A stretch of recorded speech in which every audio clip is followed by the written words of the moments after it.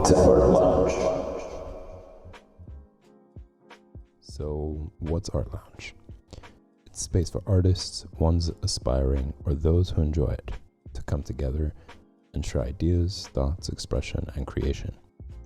So whether you're an illustrator, a writer, a musician, sculptor, comedian, dancer, architect, or someone who enjoys art in general, this space is for you. I'll be streaming daily with a mix of content, and in the near future, I'll be announcing different opportunities for you to participate in. So stick around.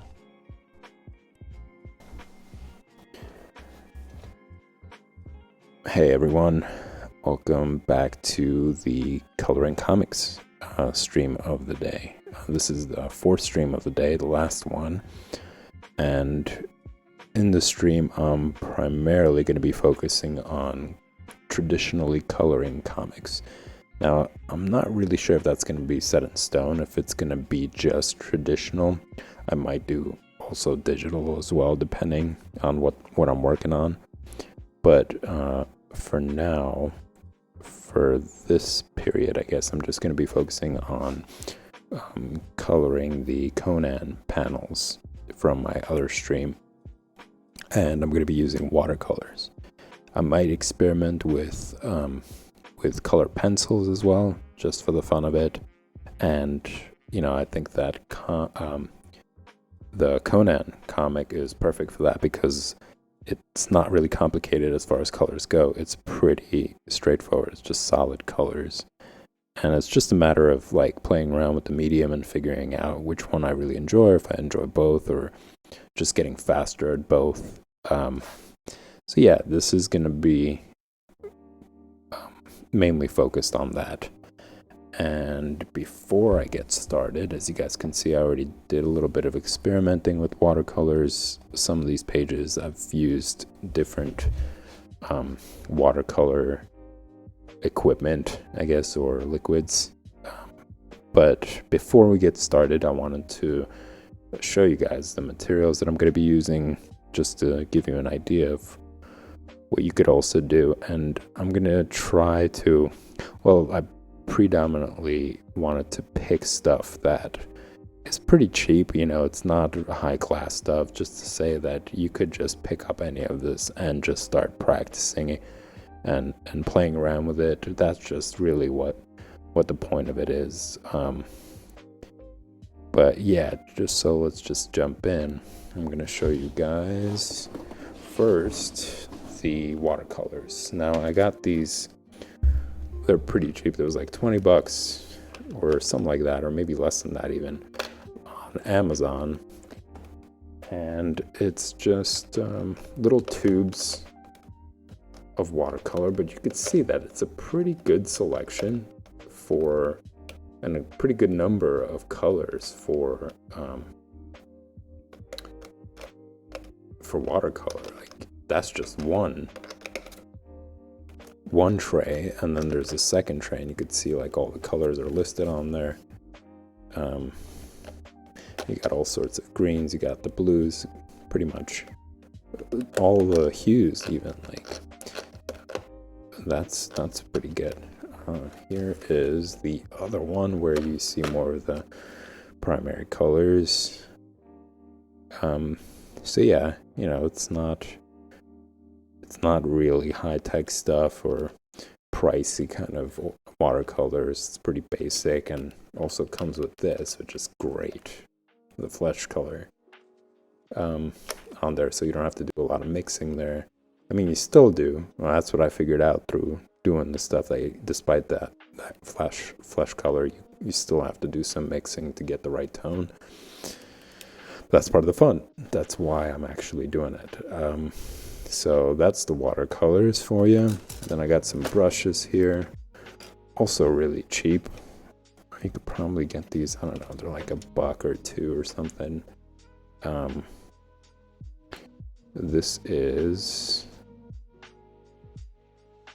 I'm not really sure how to describe it. You could see 10 out of 0, then there's a 0, and 10 out of 0 is really small for tiny little details. And as you guys can see, compared to the brush, the the pad that I'm using is pretty small as well. And that's also just to say that you don't need anything huge. You don't need a lot of space for it. But I don't suggest only working in small. In fact, I do suggest you work on bigger sized paper. But this is just for fun, And I also was telling you guys in the other stream that I was going to show you some of the work that I have on here, and what I meant when I said draw all over the page. Just try to cover it as much as possible with all sorts of drawings. And you can see here I'm just practicing figures and gestures and drawing from life, especially. Like, I can't recommend that enough. Yet, no matter what it is that you're drawing or what style that you choose, or whether you're doing anime or other stuff, I really think, or just like more simple cartoons or whatnot, there's so much to learn from the figure, from drawing the figure, drawing from real life.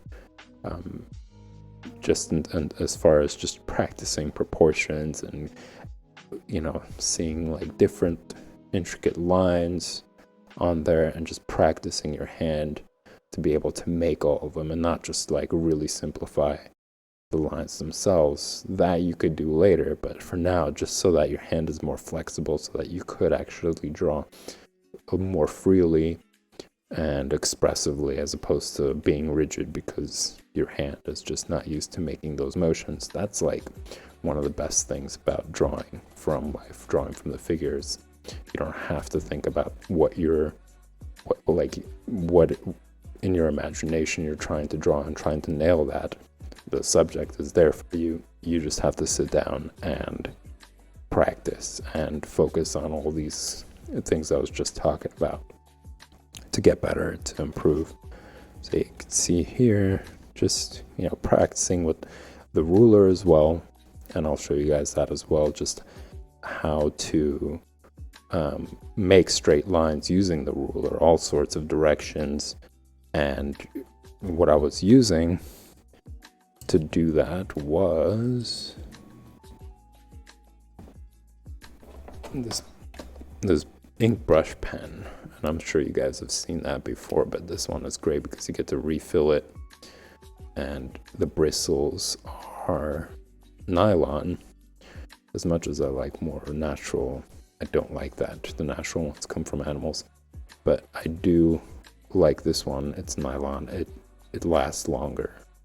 The tip is pretty fine as well.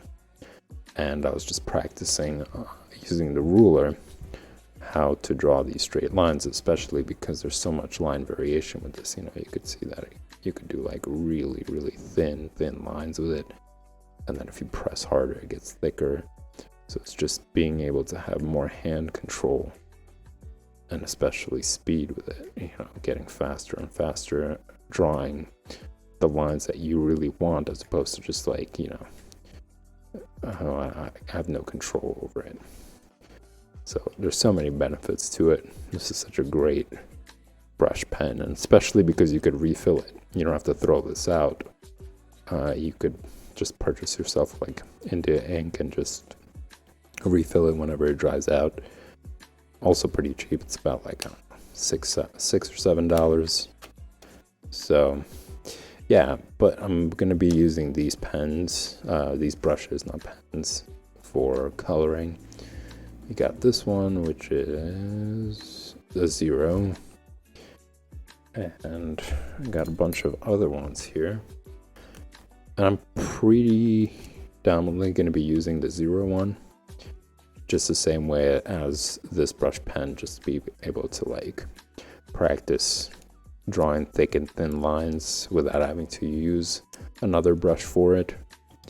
Just getting more and more control over my hand and my hand-eye coordination as well.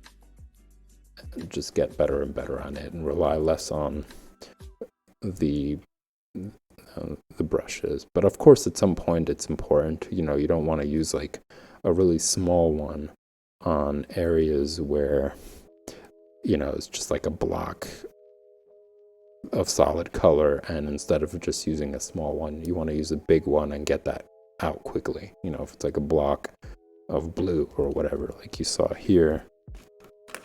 You know, if you're doing something like this, and granted I still use the 0 on it, but if you are doing something like this, you might want to use like a bigger brush to get it finished quicker. And that's something that's important. You know, if you're going to be doing more professional work that's very time sensitive, you want to speed up your process, and that's just one of them. You know, using the brushes appropriately, not wasting time using like tiny little brushes for large spaces that you could just easily fill in with a bigger brush.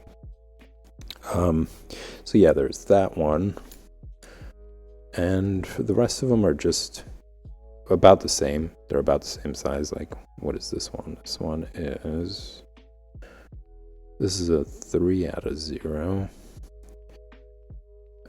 5 0 2 5 zeros. You could see like the tip on this one just kind of wore off from using it too much. I think there's ways of preserving them, and you can use like special kind of like pomade or whatnot to preserve the bristles and make sure they stay in shape. But even if you're using it for, even in this state, and you're using it for like coloring and stuff, once you dip it in water, once you dip it into the liquids, they start to take shape, and that's pretty good too. And eventually they wear out, you got to get new ones, but they do last a while. Now this is something that you saw before. This is a pencil. It's 0.07. That's the one I like to use. Works for me. I got blue lead in here, and this is an eraser. Now, I use two types. There's this type, and this is really for like really tiny small detail, and the other type is, so this is the Kneaded Eraser, and you could see, you could shape it to whatever it is that you want. This is also a way of like cleaning it if it gets a little dirty. I'll show you guys that in the future. But yeah, you could just mold it to whatever shapes. If you want like something really fine for tiny little details, you could shape it to be that way, and it works pretty good. But as you could see, it doesn't really hold shape. You know, you really do have to press down on it, and eventually that fine point wears off. So that's why I like to use this one. And this is also refillable, but this one I found to be great for details, and this is good for just like blocks of whatever it is that you need to erase, like big pieces or whatnot. So that is that, and here are the different type of rulers that I was talking about before. You got all sorts over here, and the important thing to note is that it's clear, so that whenever you're making lines, you could see, like for instance, you make that one, and then when you go to that, make this one, you could see through where the other one is to help you make like parallel lines, or not proportionally perspective, getting the perspective down in comparison to the other lines that were made. And it just comes to use in many other cases as well. So this one is great. This one is great as well. Like pretty much all of these. And this is something that I got at like a dollar store for $1. So look out for those if you ever go to one. This has come to great use many a times. Now move on to, this is the palette that I'm using, and you guys can see just samples of it, where I put the colors, where I mix the colors. I also add a little bit of water here to just be able to play around with it a lot quicker. There's all this other space as well to mix the colors, which is great. You can hold it if you ever need to, which isn't bad. You could also put, like while you're holding it, you could put your brushes over here, but I'm not going to use that. That's just you could support the whole the brush with your fingers at the bottom, but that's just kind of uncomfortable. And it's more for like mobile purposes. If you're outside painting or whatnot, you could use this. It's a pretty good technique. This I found at an art store. It was also kind of cheap. I forget what it is. Anyways, all this material that I'm showing you guys, it's doable. You could purchase a lot of this stuff. It's not too expensive if you're on a tight budget. So that's for that. Also got this bottle here. And this used to be like a detergent of some sort. I ended up just using it. It's great for like just squeezing a little bit of water if you need it to like, here or there to mix the colors again. Or to like, if it's watercolor, so that it becomes more liquid form again. It's pretty good. I got that. This is the India ink I was talking about, where you could refill. Dr. Martin's is pretty good. And there is a difference, really. I mean, people say like, oh, whatever, just get any. I think there's a difference. When it comes to black, it's important. It's such an important color. You don't want some other brand, like I found other brands to be more opaque. Or just not dark enough. And this proved to be one that I really enjoyed. So personally, I'd say this one is great. You should get this one if you see it. Then we got just a jar full of water for cleaning out your brushes, obviously. Whenever you're dipping it in one color, you don't want to go to the next color. That's just going to muddy things up literally and figuratively. You don't really want to do that, so just like a jar full of this stuff. Let's see. I also use another jar. Yeah, just have that there for more clean water if I need it, and a place to hold my brushes because my desk is tilted. So right now, just having them on the side because I'm just showing you you guys this stuff, but this is nice just to put all your tools all in one place and just reach out for it when you need it. And that way they don't roll off the table. Oh, and also keep in mind that if you're going to be using this stuff, like especially if you're going to have the water nearby, make sure you have a lid. Really. Like, if you have any pets, they're going to knock it over, and then that's just going to go all over the floor and all over your work if they do it right. Or, if it falls down, you accidentally kick it over and you have like electronics around, that's going to be a disaster as well. So really make sure you have a lid for any of this stuff. Like, you want to make sure you don't spill this over. So that's pretty much it for now. That's all I'm going to be using. If at any point in the future I change things around, I'll also show you that as well. But this is just a little guide for those starting out, for those looking for some tips. And of course, I'm going to be open to any questions you guys have throughout the stream. I'll answer whatever it is that you guys need to know. Yeah, let's start coloring. Yeah, I'm not way too great with watercolors. I used to oil paint, and I loved it. It's such a great process, but it is very time consuming. Unlike digital art, of course, digital art is so much faster. If you're working on any project, if you're doing anything, it's time sensitive. It's best to learn digital.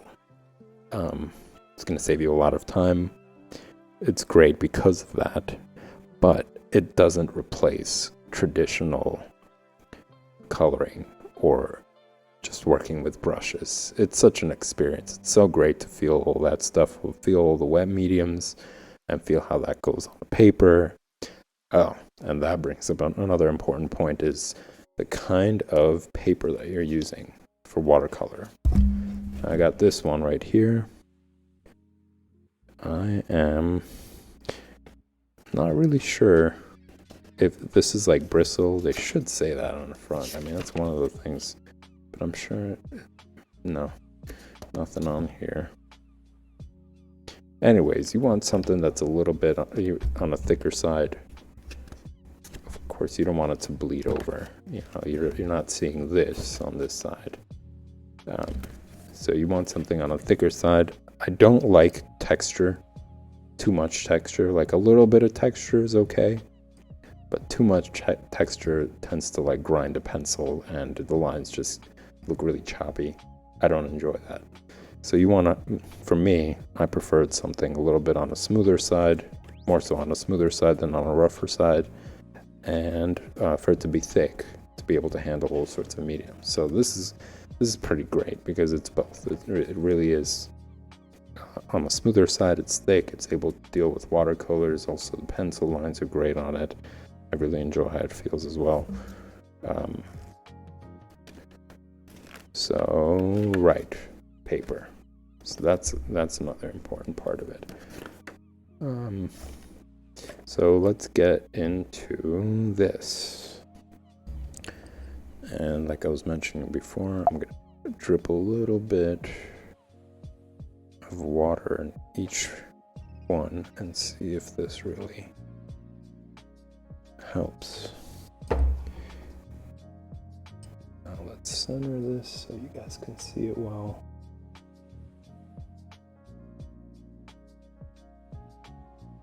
And there you go. All right. So as I mentioned, I like to start with the 0 on here.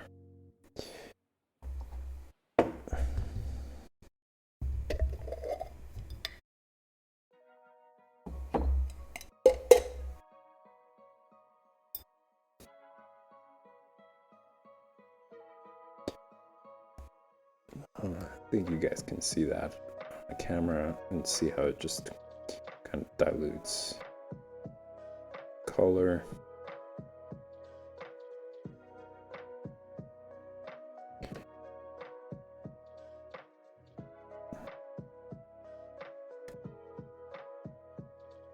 Now the process is a lot different from oil painting. Obviously, starting with like the texture, the oils have a little bit more shape to them. But what I do like about watercolor is that it is transparent. So right now you're seeing me do this over inks, and I think what I'm going to do in the future is I'm going to try to start with doing it over pencils and see how that comes out, and then doing the inks over it just to maintain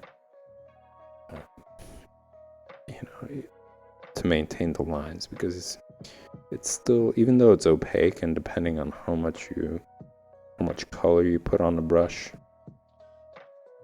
it still does cover up some important detail.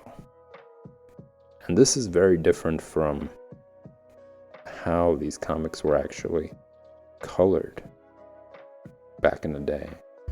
And that's something that I wanted to cover and talk to you guys about, since we are doing this, and this is more traditional, old school comics that I'm doing. The process was pretty interesting, honestly. So from what I remember, it was done in layers. And what they did was they used acetate paper, just like clear, crystal clear plastic paper, that they layered on top of each other. And And that is something that I will show you guys. So just a quick side note, you guys can find the full post about all this information that I'm about to give you on a website that I will post in chat and also on social media. I highly recommend you check it out. It's by Jeff Robertson. It's about like a 16-minute read. You also have the option to listen to it being read. It's a great article about the process back in the day of how they used to color comics all the way up until modern day, with very extensive information and great images. You can dive into, like I was saying, from modern day all the way up to, well, from the past all the way up to modern day. Yeah, can't recommend it highly enough. I'm just gonna do a brief overview to give you guys an idea, since we are dealing with old school comics and old school coloring. So what you're looking at right now is something that you might have come across too if you ever used Photoshop and played around with like the settings and colors and how you want to save it, or if you were like changing the background of something on a computer. I remember I saw Cmyk, and before I just never really cared to understand it. I thought it was just like too technical, but it's interesting to know that it's something as simple as just these 4 colors, with C standing for cyan, which is blue, magenta, red, yellow, and black, with the K standing for the K at the end of black, or key as in the key plate the other plates were registered to. So using these 4 colors, starting from the 1930s on, this is what was used to create colors for comics. And what they would do is basically they would just use percentages of these 4 colors combined together to create like other hues. And interestingly enough, when they would line up these colors next to each other in pigment form, also like pointillism, something that painters used to do. If you look up pointillism, you'll see like old school paintings where just like tiny little brush dots were put next to each other to create like a beautiful image or portrait or whatever it was that they were drawing. So a similar technique was used for this, and I'll show you guys. This is what would be used as color guides. Like they would basically mix all the colors, and each studio had its own color guide. You know, of course, unlike today with computers, you could just pick the color, or you could just type in the code for the specific color, and everybody gets the same results. Back then, it was so manual that it was almost impossible to have the same exact results everywhere. So each studio that printed comics, each company that created them, their color guide was very different, even though the code might be the same. And you could see it. I guess the colorists would keep vials of these colors mixed together, so they didn't have to mix it all the time, and they could just pull out the vial and put it on and use that as the guide that they would later pass down to the color separators. So the technique, as some of you know, and still holds today, I think, is from the writer passing down the script to the penciler. The penciler will create the images.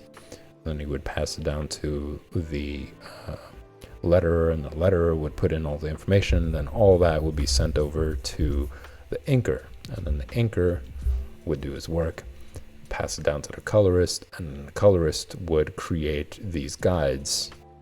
You know, he would create the image himself and then create the guides to pass it down for mass production, and help the other color separators to create these plates, basically, which is acetate paper and clear, crystal clear plastic sheets, that they would put these guides onto each one of them and kind of stack them one on top of another to create the image, which I'll show you later. So this is the technique that they were having back then, because they didn't have computers, they didn't have the capability to mass produce, so they relied on a lot of manual labor. And here's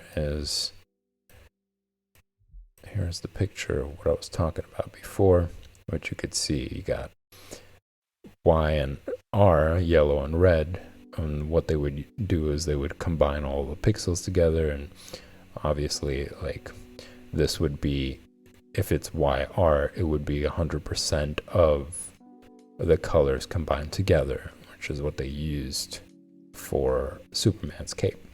Whereas here you got R2B2, so which stands for 25% red and 25% blue, to create, and with them being next to each other, they would create this grayish tone combined with the newsprint, which is what most comic books were printed on back in the day. It would create this grayish tone. And to note, the newsprint really affected the colors, how the colors ended up looking at the final process when they're printed. It would really change the tones, and that's actually one of the reasons why back then they only used half of the 64 color guide.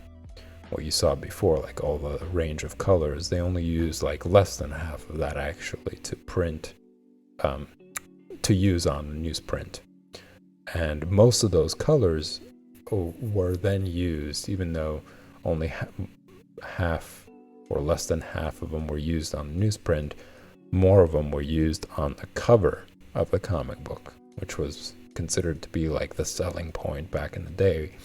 It was still more so now, but back then it was extremely important, because the paper that they were using was more expensive, it was better quality, and it was able to absorb the colors better than newsprint. So those color guides were used really for that, more so than the pages themselves inside the comic book.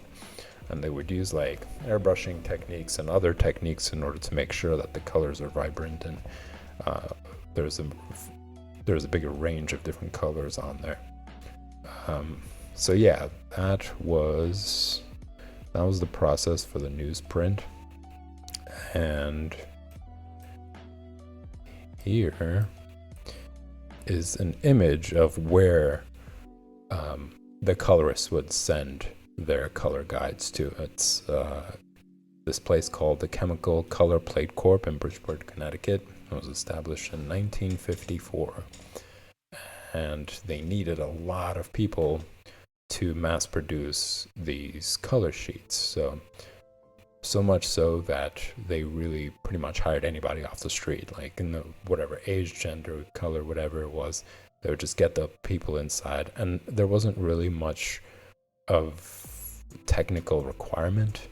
I guess it was pretty simple enough for anybody to sit down and be able to mass produce. So they hired a bunch of people, and they needed them to pump out as many of these sheets as possible. And what they would do is, like a traditional animation, they would punch holes into the acetate paper, and they would put it in a binder to make sure that all of them line up when they're stacked one on top of another, with the line work printed on acetate paper at the top of the stack. So this is just like a fun image just for you to be able to see what it was like back then, what the process was like. It was very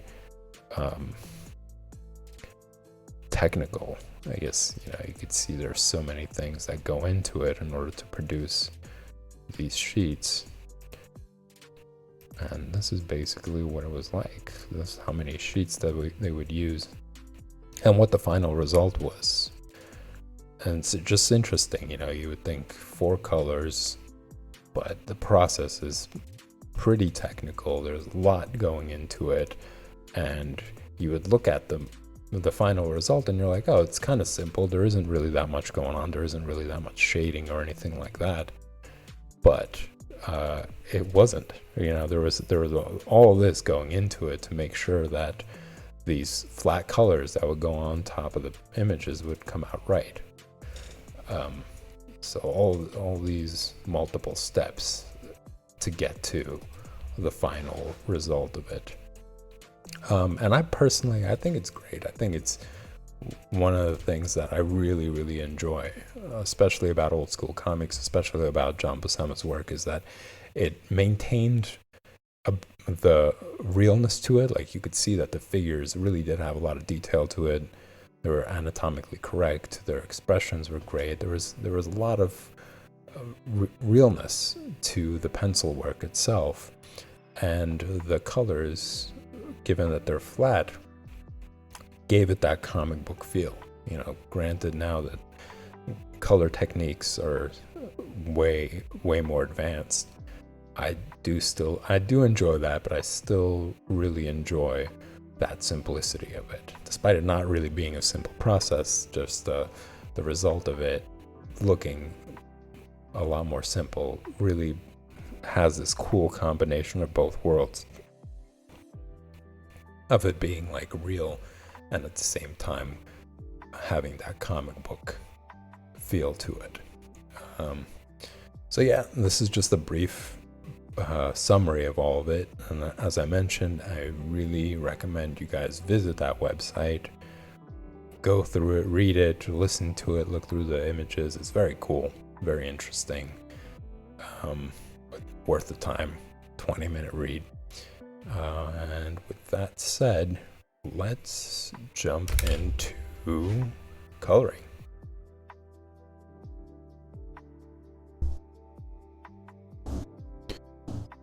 So I decided to do a different page, and it also reminded me actually of another really important tool that you're going to need if you're going to be doing this watercolor work or just painting in general, and that is a rag. So you won't end up doing things like this on your paper. If I want to make sure that the tip of the brush is fine, or there isn't too much of it so that it's not going to end up being gloppy on the paper, or if you're doing like really fine detail, all of a sudden you just make this really thick line and then you have to white it out. Yeah, this is good for it. I like to use this is like an old t-shirt. I just cut it up. I think it's better than paper towels. It's wasteful. You're just going through a bunch of paper towels over and over and again.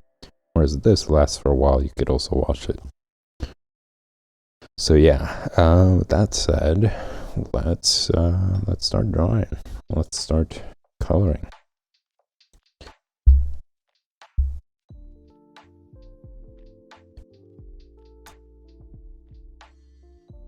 And as I was mentioning before, I'm gonna start with 0.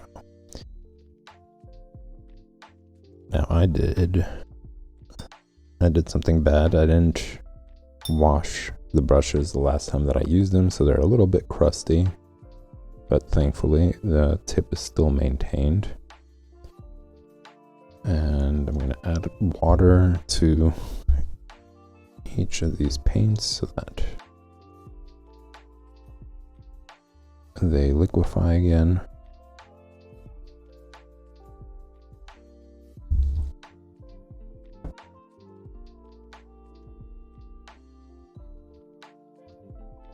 Alright. Now let's see if I could bring this closer.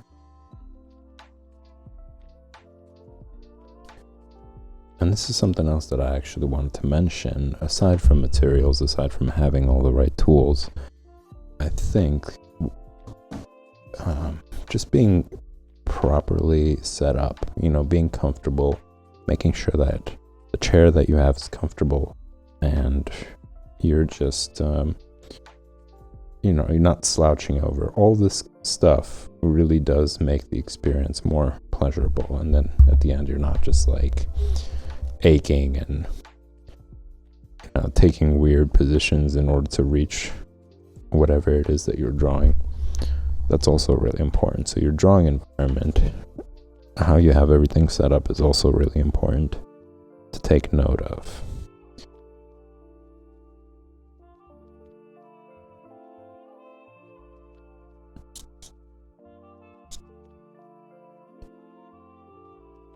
Now, why would I want to do this traditionally? Why not just do it on a computer? And it's so much faster. And that is true. It definitely is a lot faster than traditional. But this is something that I covered in my other streams as well. If you're just tuning in, I just really enjoy the process. I think that digital is great. I'm not knocking it, but I do really like just unplugging basically from everything. Computers, notifications, social media, calls, all that stuff, and just enjoying a different process. It's, modern day, I think we're just really consumed by screens. And I want to have a better relationship with that. I don't want it to be as consuming as it is. People at work are using computers. People are on their phones all the time. And I think that this kind of shuts that reality off for some time. Like, I am streaming at the moment, but the more I get better and better at this, and the more time I have to do more personal projects, I would like to do it traditionally and become really good, so that I spend less and less time doing things digitally and more time just kind of enjoying this. And I think that's kind of my gripe with reading as well. Like, I do have a Kindle and I really love it. It's also really good. But I like spending time with different mediums. I do find that just reading an actual book is a different kind of experience, and I do like that. You feel the pages, and it's the best way to summarize it. I guess it is a different sort of experience that I don't want to detach from and be completely consumed by by computers and technology all the time. I think it's just a matter of finding a good balance. I wouldn't say just completely shutting off everything all the time and just spending less and less time. I think it's just having a more disciplined kind of relationship with that stuff and balancing both. Whether it's, taking your time off and just reading a book instead of anything that's on the screen, or painting and not painting on a computer, painting traditionally, is my way of kind of achieving that balance between those two things. And I also think that there's a lot more discipline when it comes to traditional. And what I mean is that you are focused on making the right lines more than you are on anything else. Like, I think with doing it on a computer, there's a lot more forgiveness. You make a mistake, you could just Control-Z it or just undo it, depending on how you have your button set up, and no big deal. And while that is great, I think it doesn't help as much. It still helps, but it doesn't help as much as if you were to do it traditionally, knowing that if you're going to make a mistake, it's going to take you a lot longer to undo. So it kind of pushes you to focus on your lines more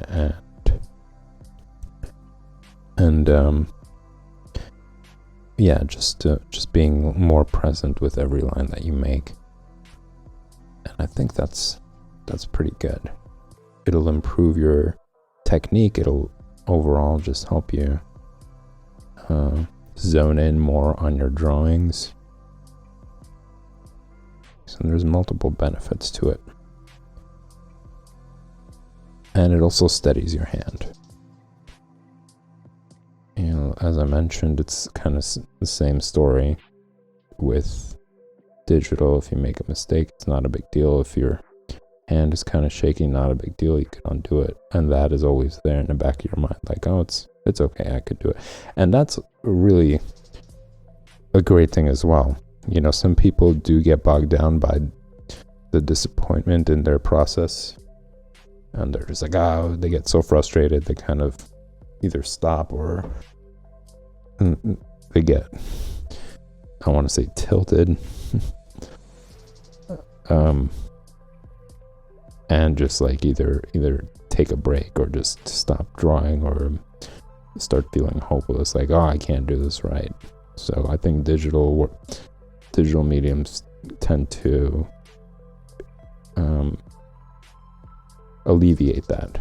You know, you're not as stressed out about it. You know, you could fix things, it's not a big deal, and it makes it okay for you to make mistakes. So that's positive. But I think if you want to challenge yourself, if you really want to improve, I think traditional style will do that. It will help.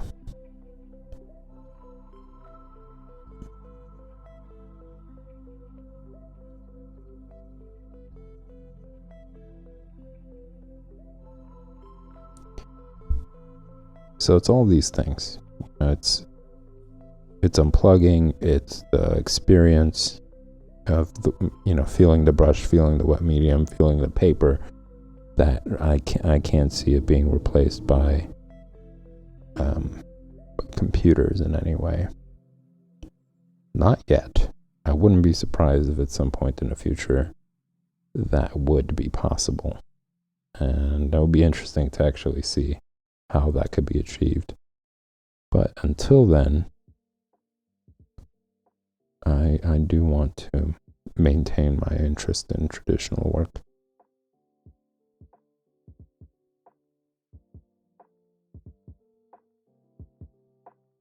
And it's also cool to learn this. You know, I think with with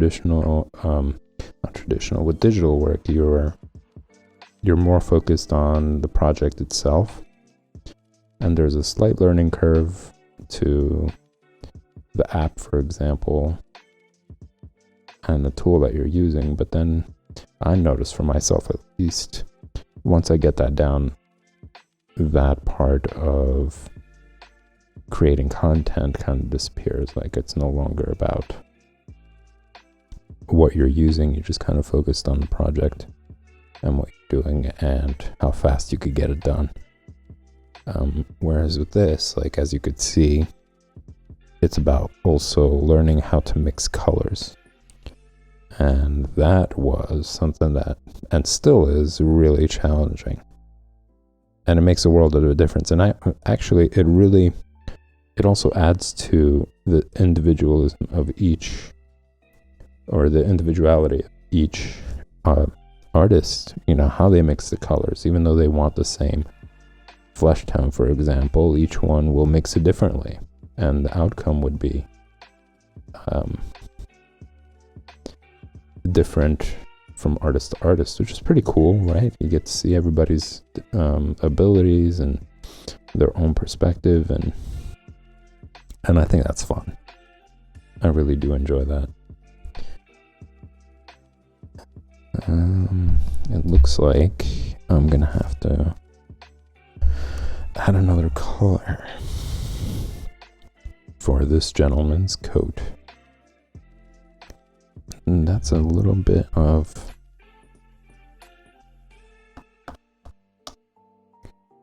I want to say it's Persian blue, maybe. If you mix that with white, might be able to get the color that I need. Let's find out. Another great thing about watercolors is, as you guys saw, you could just add water.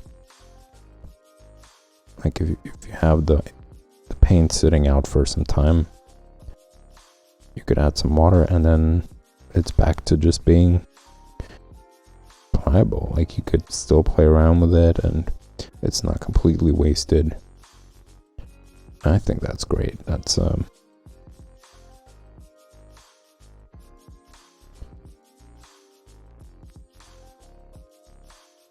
saving yourself a lot of time.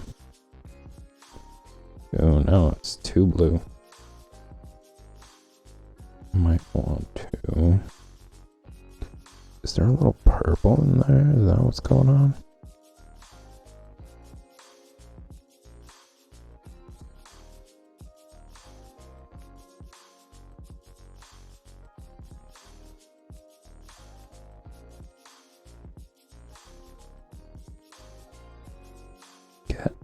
I'm getting it. It looks about right.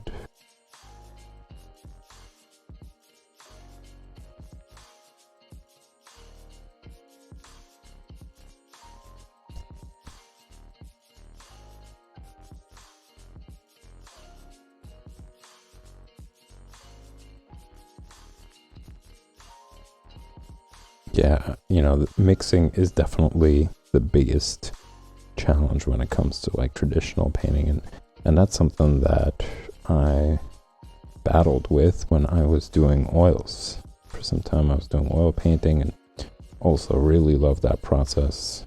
I love the smell of oils, and just all the mediums, they all had their distinctive scent, which was pretty cool to smell, and kind of fills up the room too, which is fun.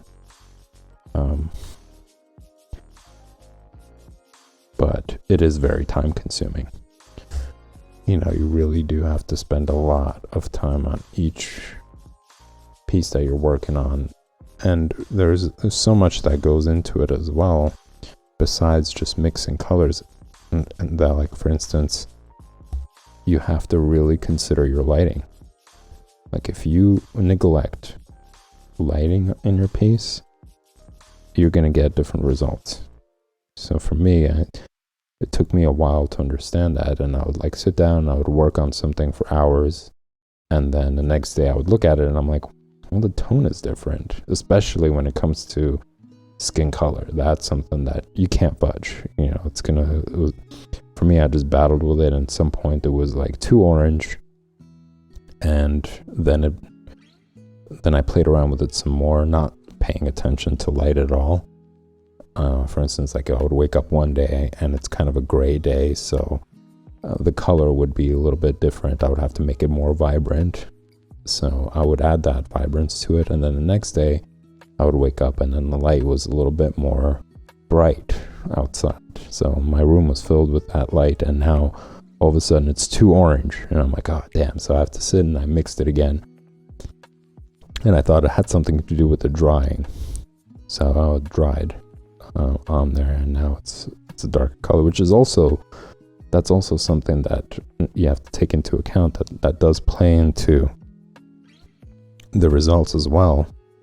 But you can't neglect the light at all. It has to be taken into account, and I think they have like special lamps that have like natural light emanating, which is pretty good. But it took me some time to work on that and like figure that out. And I was teaching that all myself. I wasn't really like taking class. I'm sure if I took classes at the time, a lot of this would have been explained, but I didn't. I do enjoy just learning the process myself, and just understanding all this stuff through just a trial and error and discovering. Time consuming, but fun. But yeah, there are all these different challenges that you come across that have to do with something other than just the finished product and the subject of whatever it is that you're working on, that make it interesting and make it worthwhile, at least for me. And I think that's really important to take away in general. Like, if you are doing any form of art or any form of creation, like, you have to enjoy the process. You can't focus so much on the results. And I think that kind of distinguishes good art from, or just in my personal opinion, I think that's what really it is. You could see when somebody really enjoys it or when somebody's doing it for like money or status and all that stuff. I think you really do have to enjoy the process itself, and then the fruit of your labor just rewards you for it eventually, whether it doesn't necessarily have to be from success or whatever it is, but just for you personally. Like at the end, you're like, I really like this. I really enjoyed the process. I really enjoyed how it came out. And that also actually kind of brings up the other point, which is just, I guess, balancing between being your own critic and at the same time liking your work. You know, it's just kind of balancing those two things. Like, you don't want to just completely fall in love with your work and just be like, oh, it's all great. Meanwhile, you haven't challenged yourself at all to like reach new levels or improve on something. Like, your anatomy is still really shoddy, but you're just, because I spent so much time on it, or something happens where you just become kind of mesmerized by your work and you don't notice the mistakes at all. And that's something that happens to a lot of artists, I think. And what people usually do to kind of break that spell is they would either flip the image, like if you're doing it digitally, you could flip the image so it's like mirrored kind of. And all of a sudden you start to notice like, oh, look, the eye is a little bit too far from the nose or the other eye, or it's too close, or you start noticing all these little things because it kind of snaps you out of what you're used to looking at. And sometimes people would turn it upside down, turn the image upside down. Like, I tried that out with like oils. When I was doing oil painting, I would like flip the canvas upside down and see how, if I could notice things that need some improvement and stuff. Or just use a mirror, like actually put a mirror next to the image and see the reflection and see like, oh, well, there's a little bit something that's off a little bit here and there. And then when you look at the original piece, you kind of notice it as well. And it's like, okay, I do have to work on that.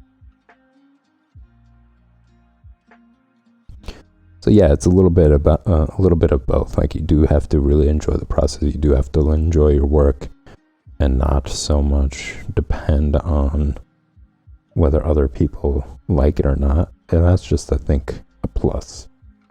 You know, if people also like it, that's great. But predominantly, you have to really enjoy it. You have to really enjoy the process. You have to enjoy what you're working on more than whether other people do or not. And that's just secondary, I think.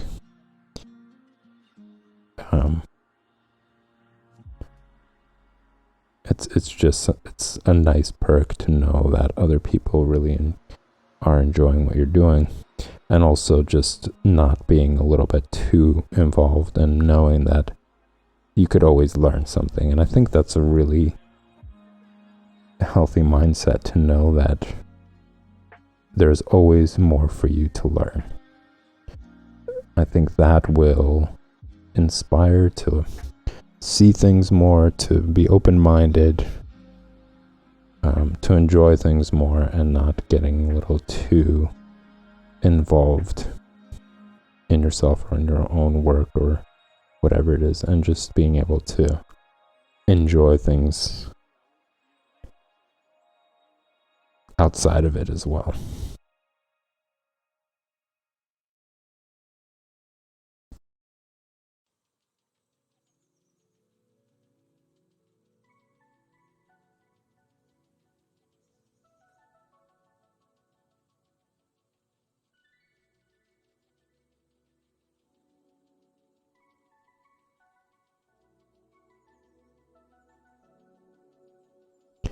And that kind of reminds me actually of a classical painting, which I will show you guys at some point in the future in a stream, of an artist who fell in love with his own work, like literally fell in love with it and just admired it.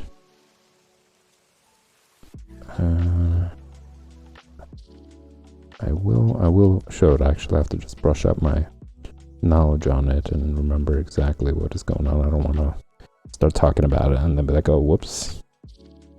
I was actually off, a little bit off. But it is a beautiful painting.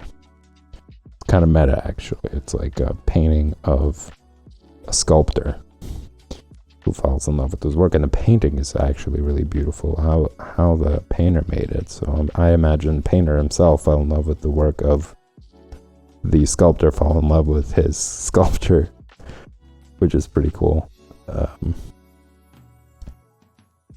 Or at least I would. I mean, when you look at that image, it's really beautiful how he captured the female figure and the expression and emotion in that painting is great. So I will show you guys. I'm talking about it now, but I will show you at some point in the future. You'll see it pop up on the stream.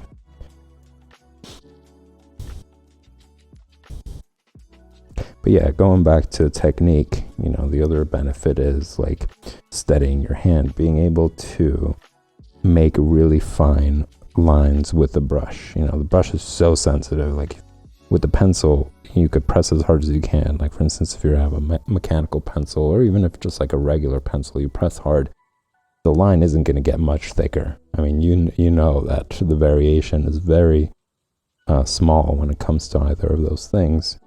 Whereas with the brush, like, it really is a big deal. Like, you could put too much paint on there and then it's going to be all gloppy, or you could press down too hard and the line is going to become incredibly thick. And yeah, so you're also learning how to steady your hand and become and improve that. And that carries over into pencil as well. Now that you've learned such like a hard medium or harder tool to master, picking up a pencil is going to be a lot easier. It's going to be like, oh look, it doesn't bleed, it doesn't have so much more control over all my lines. This is great. So kind of it works its way into other tools as well, which is awesome. So there, as you could see, there's like multiple benefits to it.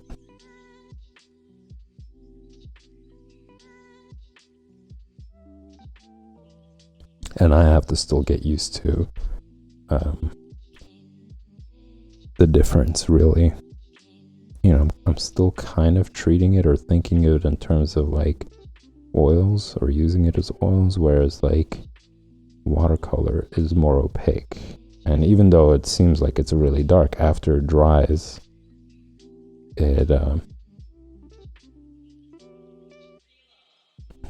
it becomes more opaque. That's something that I have to like keep in mind as I'm doing it. I do want to try India ink, and I think, well, as you saw, I think that was primarily what they were using back in the day when they were creating the color separation on acetate paper. They were using India ink, and I think there is a difference between, well, there's definitely a difference between India ink and watercolor, and that's India ink being more opaque.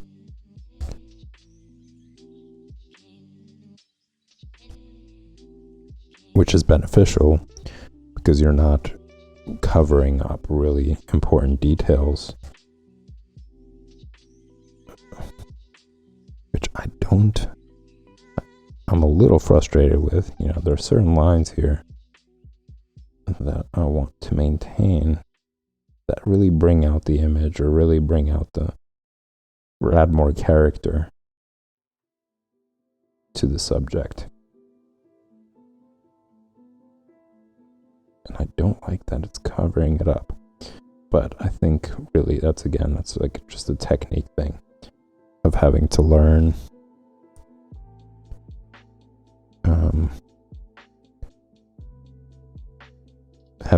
how much of each color to include, how to mix it, how much water, like all those kind of play an important role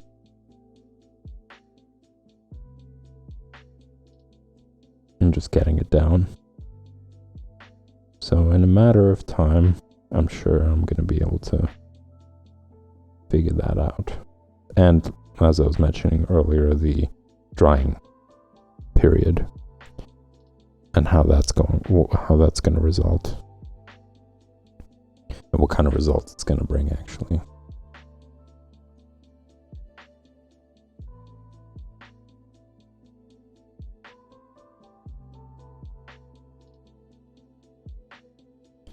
And I think what I'm going to also do in the future is just start off differently. Like, as you guys could see, that most of these panels I've already inked. I really didn't. I enjoyed that as well. That's really cool. And using that ink brush pen that I was showing you guys before. That one is a lot of fun. You don't have to keep dipping it in anything. It doesn't interrupt the process. You're kind of like just zoned in on inking and the subject and stuff, which is also pretty cool.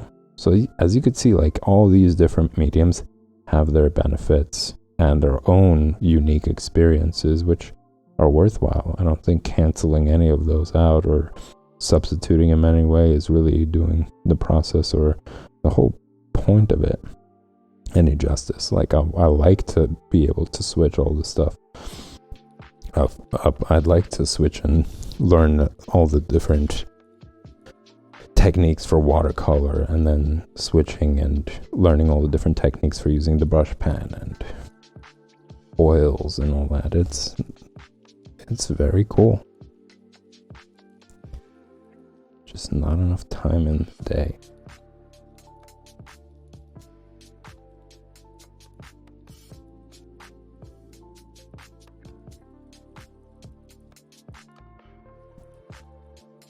Yeah, I'm layering it up on pretty thick here. Like I was mentioning, I'm still kind of treating it like oils. And it is something about, like, just the feel. You know, I like the buttery feel, I guess, of having more paint on the brush than I do watching it kind of bleed over the image or whatever it is that I'm working on.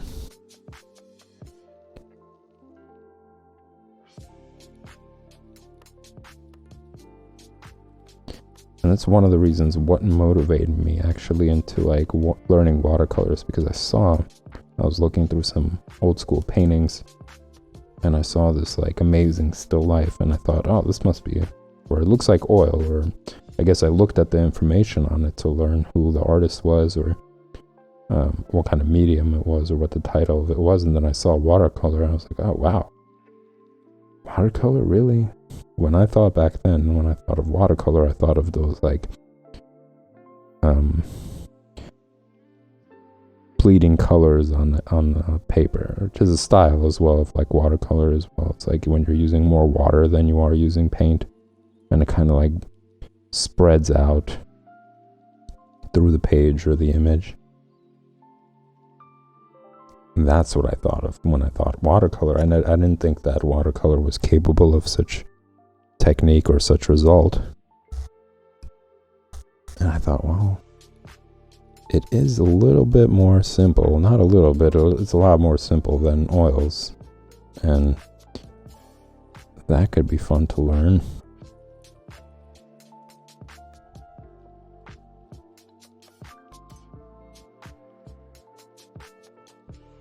Bummer, it covers up so many of these fine lines, but hopefully once it dries, they'll come through again. So yeah, I think on my other streams or other days where I'm going to be doing this, I'm going to try to, well, first of all, lessen the layers and really dilute them with water.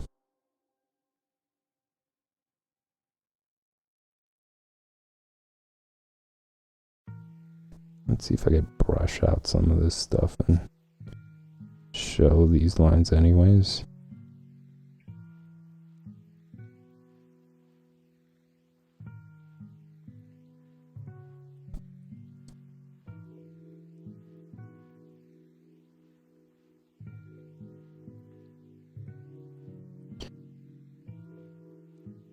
So I'm going to try to do it over pencils first, and then ink them, and see how that plays into it.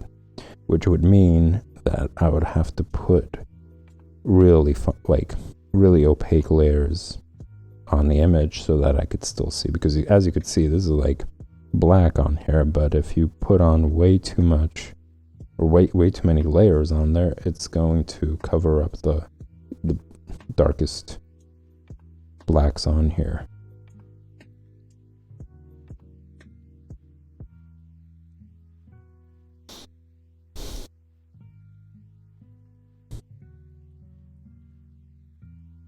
I think the other challenge is to try to mix the colors as close to the original as possible. Not only to like honor the original art, but also to practice ability to mix. So what I see, I will be able to quickly put together and not struggle with it. Which is basically what they had to do in that company where they were coloring all these plates. Like, they didn't really have that much time. They had to make sure that they had this done quickly in order to mass produce or meet the deadline or whatnot. So I'm taking my time with this, but for them, in order to get that sweet paycheck, they have to pump these out, and which meant, like, yeah, you got to make sure that you know how to mix those colors well. Keep it in mind for next time that you would have to do it again. Uh-oh, getting out of the box there.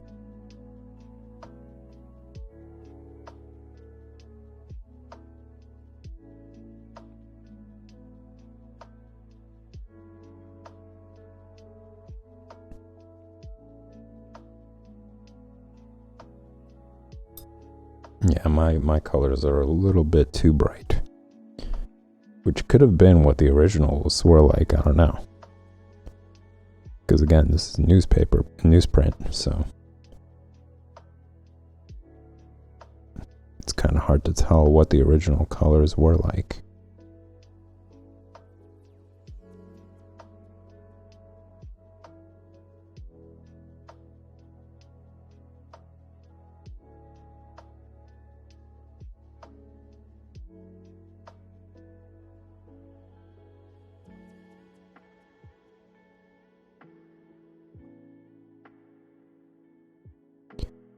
So the stream is coming closer to an end. You know, I was planning to do this longer, well, color longer, but I also wanted to share that article with you guys right before, since it is the first episode and it is me doing it traditionally, and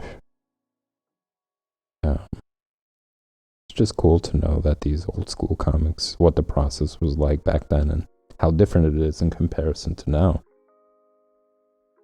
So I thought that was worth it, and that kind of took time away from sitting down and actually coloring.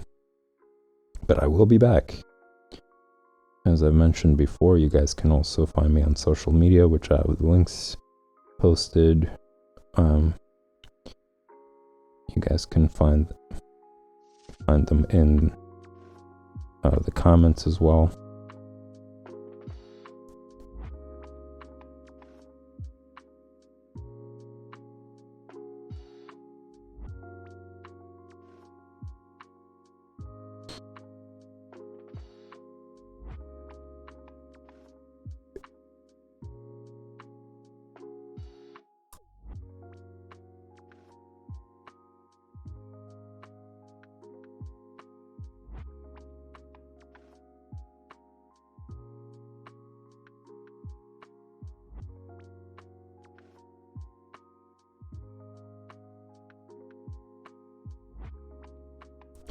So that's it for the day, guys. Thanks for tuning in. If you enjoyed this content, subscribe. You'll get notification next time our lounge goes live. You can also connect with our lounge on all the social media links posted in the website, where you guys can connect with each other, post questions, comments, talk about the episode, or pretty much anything, and just create a community for all of us to connect with. Stick around. There's going to be some exciting new announcements coming next week, so you won't want to miss that. I'll see you soon.